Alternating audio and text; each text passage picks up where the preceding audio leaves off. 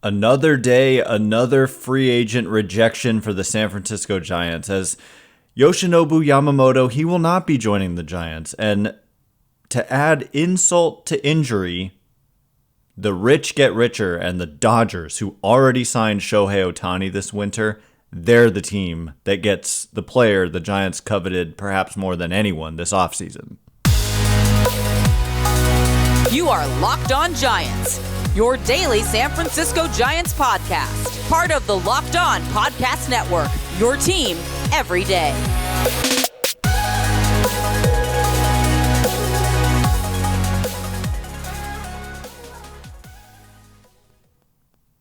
Hello and welcome to Locked On Giants, part of the Locked On Podcast Network, where it's your team every day. My name is Ben Kaspick, and on the show we provide daily episodes Monday through Friday, talking about the San Francisco Giants in a way that's data-driven and rational, but also simple, passionate, and accessible to all.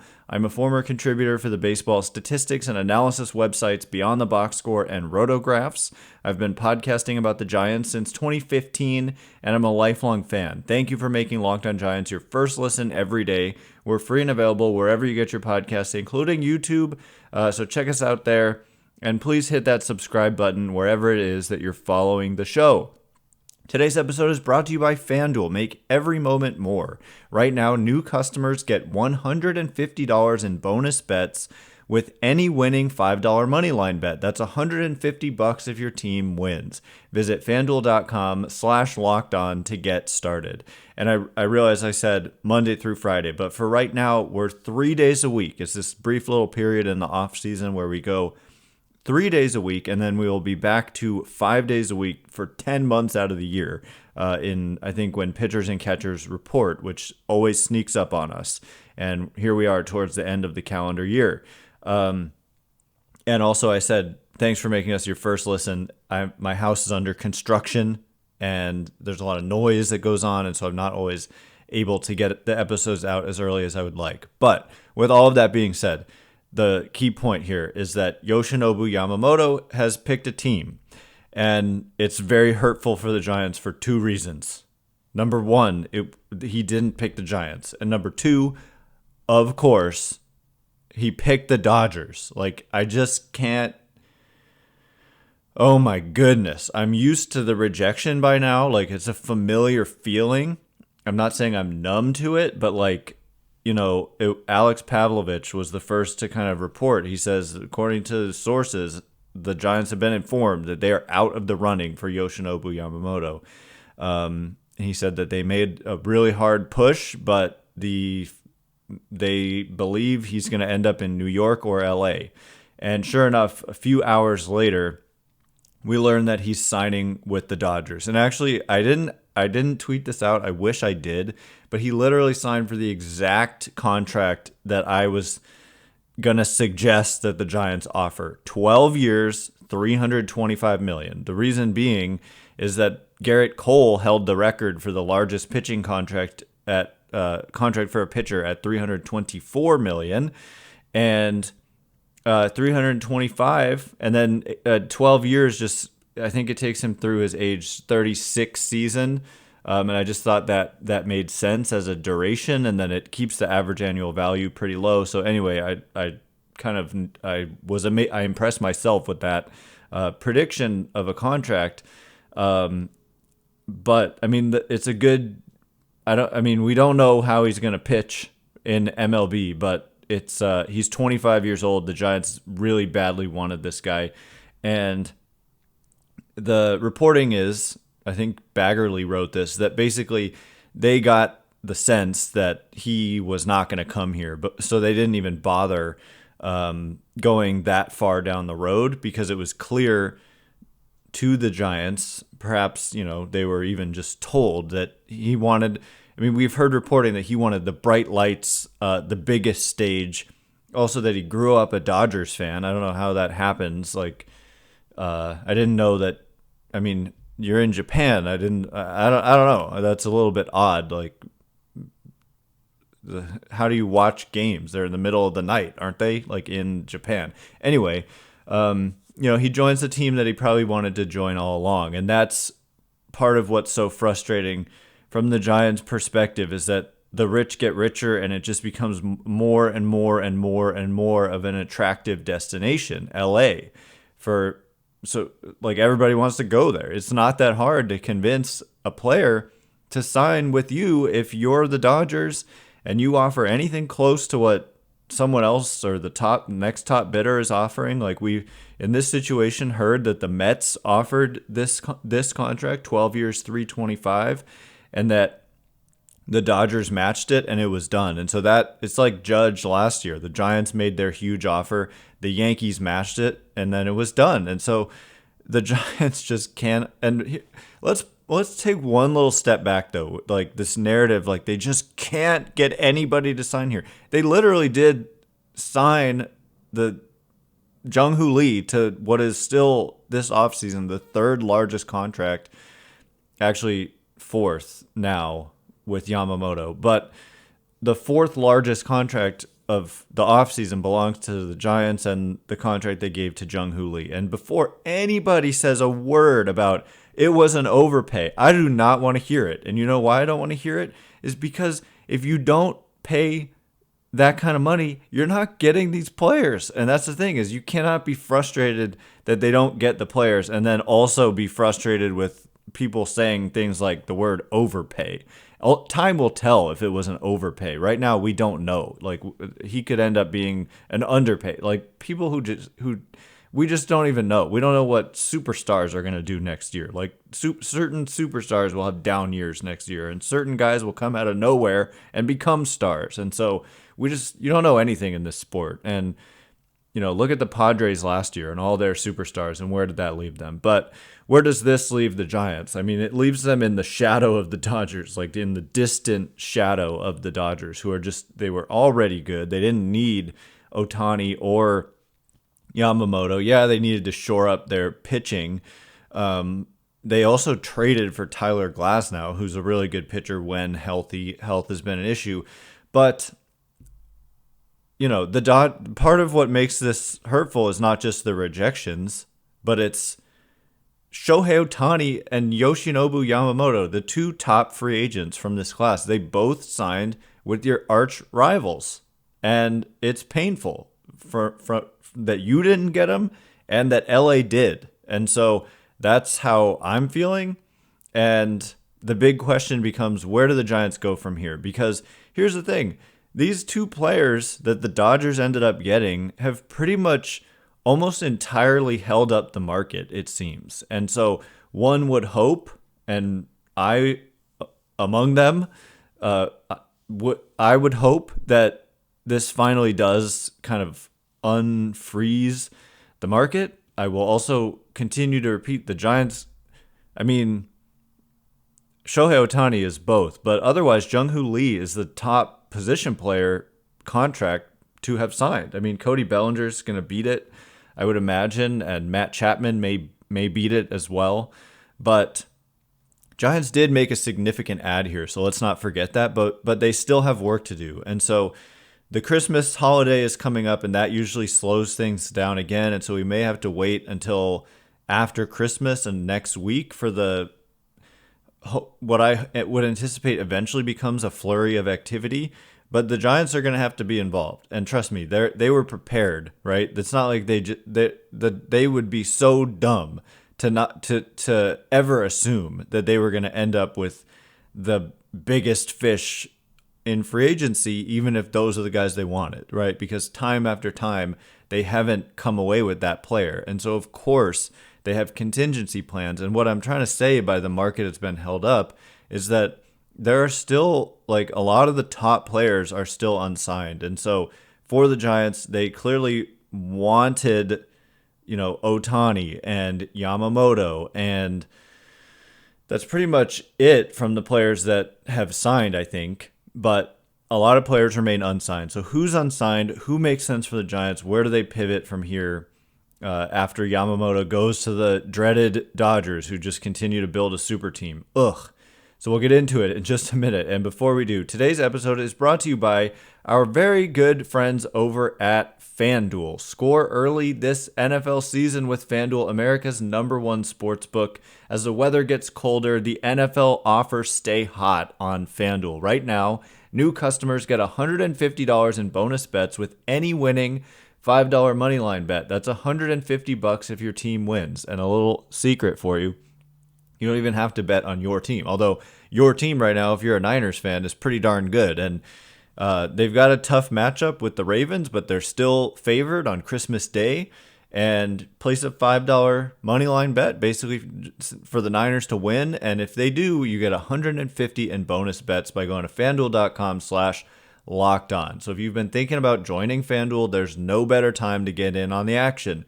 The app is so easy to use. There's a wide range of betting options, including spreads, player props, over-unders, and more. So again, visit FanDuel.com/LockedOn and kick off the NFL season. FanDuel, official partner of the NFL. All right, here we go. Where do the Giants go from here? At the end of the day, I think that, they really wanted Yamamoto from everything we understand, but like Shohei Ohtani, you were never going to be the most likely team to get him. I thought that they had a real shot at Yamamoto, especially when we kind of learned that he was such a priority for them. But apparently when it came down to it, he didn't want to be here. And so there's nothing you can do if that's the case.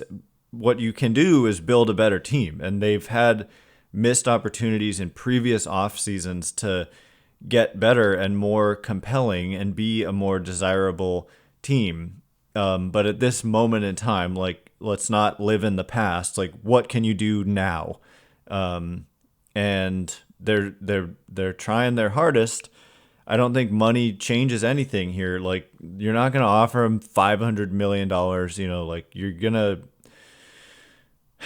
these teams are already reaching out with these kinds of offers, and I don't know. Seems to me like he just wanted to play in LA. So anyway, thanks again for making Locked On Giants your first listen or your last listen every day.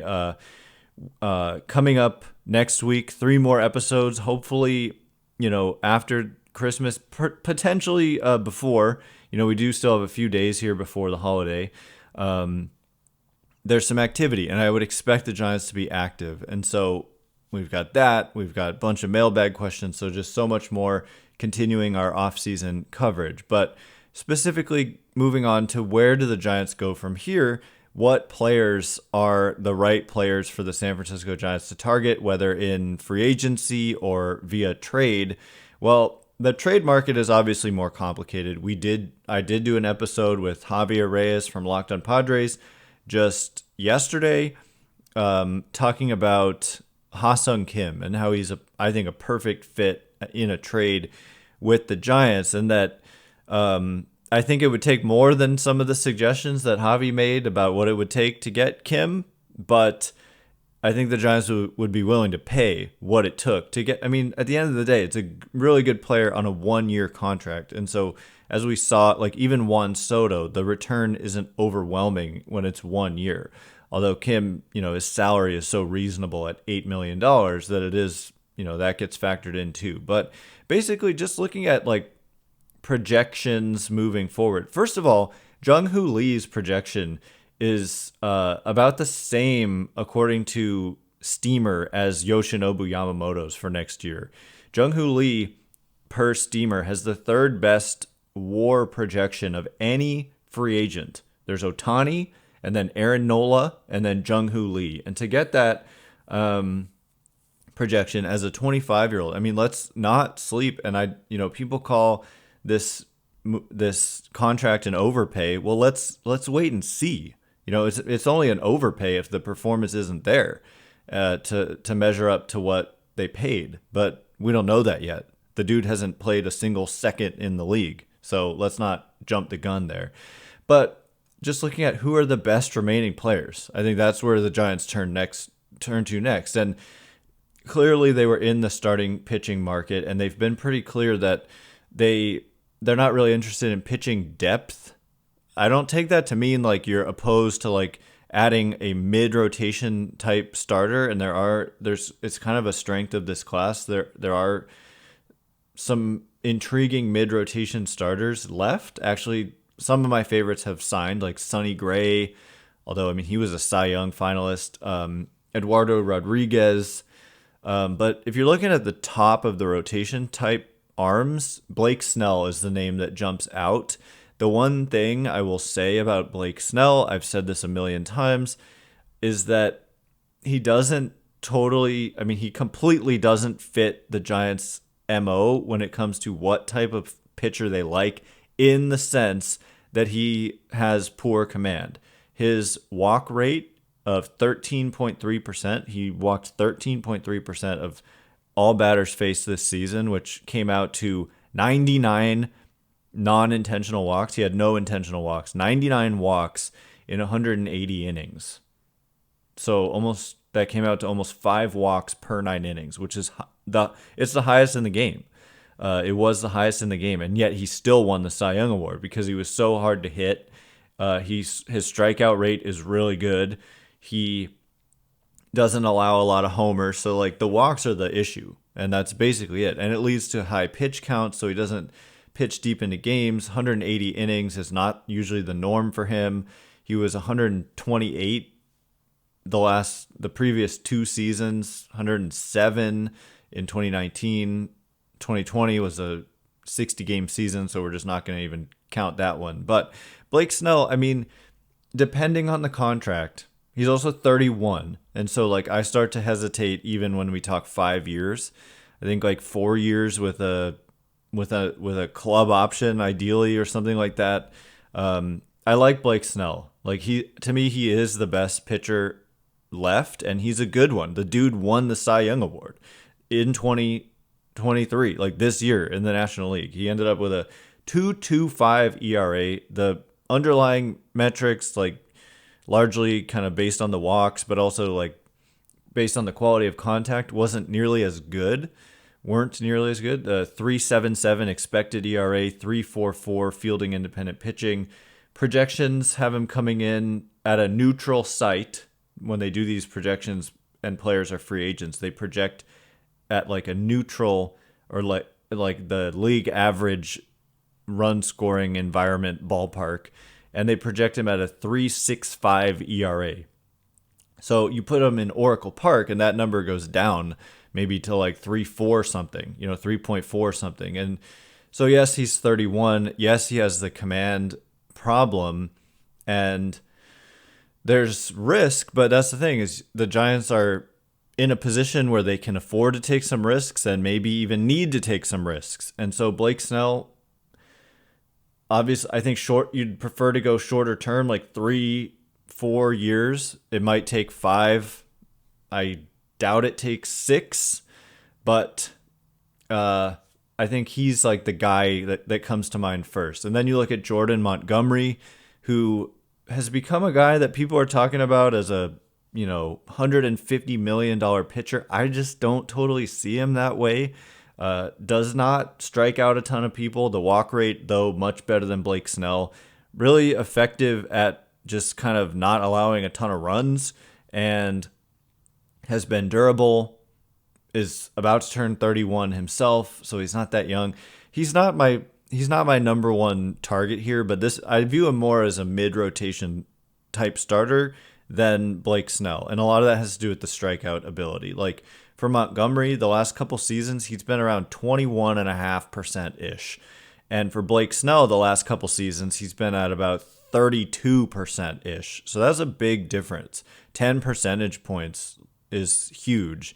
And league average is like 23%. So Montgomery under that, Blake Snell way over that. Blake Snell with these strikeout rates he's been over 30% every year since 2018. That's incredible. Like he has really good stuff. And so when he throws strikes, he's just hard to hit. And average fastball in the mid 90s, he's been consistent with that. Like it's literally been 95 point something every year since 2018. So his I don't know. I'm a fan of Blake Snell. He played under Bob Melvin in San Diego the last couple years, and probably had a good experience on his way to winning a Cy Young award. Although the Padres did disappoint and underachieve, but nonetheless, I mean, I look to starting pitchers, and there's also Shota Imanaga out of Japan, who again I view him more as a mid-rotation type starter. He's not.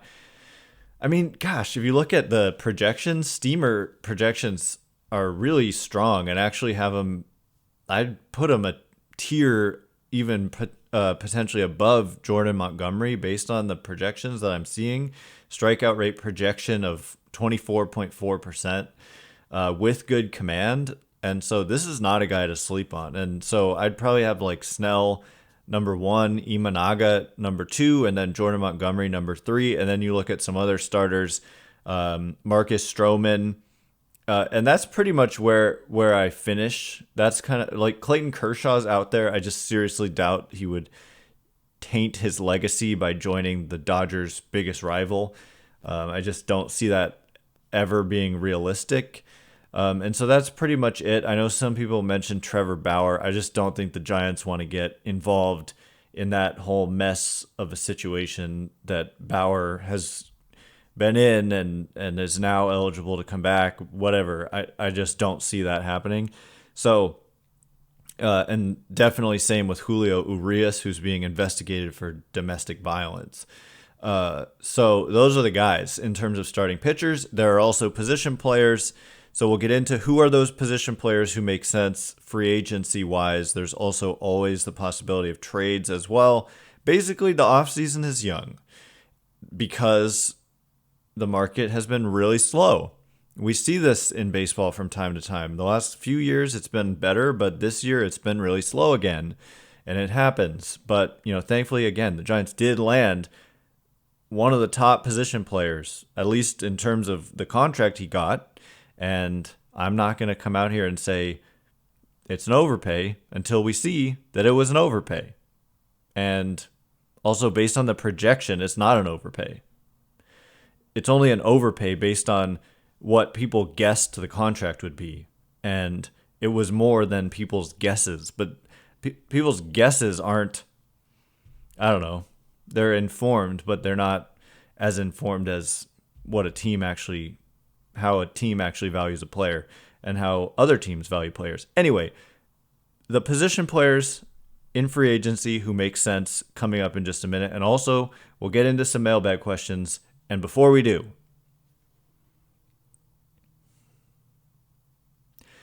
all right, as promised, the position players. I just mentioned Blake Snell, Shota Imanaga, and Jordan Montgomery. Also Marcus Stroman. I would really like to see the Giants come away with at least one of those 4 and maybe even 2 of those 4 if you talk about like a Snell and a Marcus Stroman or something like that, or a Snell and Imanaga. Just spend some money, make the team better, calm people down, but most importantly, make the team better because we are a good fan base that deserves to watch an entertaining and good team. In the last couple of years, it's been hard to watch this team. And so, yes, they got an exciting position player. No, I don't think they think they're not just like, yep, we got Jung Hoo Lee, call it a day. And they were out there trying to sign Shohei Ohtani. They were out there trying to sign Yamamoto. It didn't work out. They got rejected. Yes, we're used to it. They ended up on the Dodgers. It's like worst case scenario. It happened again. But you just got to move on. And what do? Well, I mentioned the pitchers, and then there's also these 2 position players in particular who stand out. Certainly the best 2 position players remaining. Then there's just this huge drop-off, both on the pitching side that we just discussed. We didn't get into relievers. Josh Hader's out there. But on the position player side, it's basically Cody Bellinger and Matt Chapman. And we have heard, I keep hearing rumblings that the Giants could still target an outfielder. And so that tells me that the only way that you would possibly target an outfielder and try to sign a guy like Cody Bellinger, who would admittedly make their lineup like much more dynamic and interesting. And so I would not be opposed to this at all. Also, if you put him in like left, suddenly if you've got like Bellinger in left and Lee in center and Yaz in right, that's a really good defensive outfield, like really good. And what if you also signed a Matt Chapman? Then you're talking about Chapman at third. I don't love the idea of just totally relying on Marco Luciano at short. And so that's why if you listen to yesterday's episode about Ha-seong Kim and his versatility, he can play short if Luciano were to struggle. He could play third every day, and that would allow you to platoon J.D. Davis with Wade, and it would allow you to have Wilmer Flores be your DH, but then you'd probably be stuck with too many outfielders. So maybe you send an outfielder as part of the Ha-seong Kim trade. A lot of permutations, a lot of possibilities. Matt Chapman, though, really good defensive player. History with Farhan Zaidi. History with Bob Melvin. He is 31 years old. That's the thing. Free agents typically are older. And he didn't have the best season after starting out really hot. He just kind of finished. He strikes out a lot. He doesn't chase. He kind of fits the mold. But if you look at the offense, it's kind of like reminiscent of J.D. Davis's offense in a way. Not quite the same, but overall kind of production-wise, similar to J.D. Davis. And J.D. Davis was pretty good with the glove this year.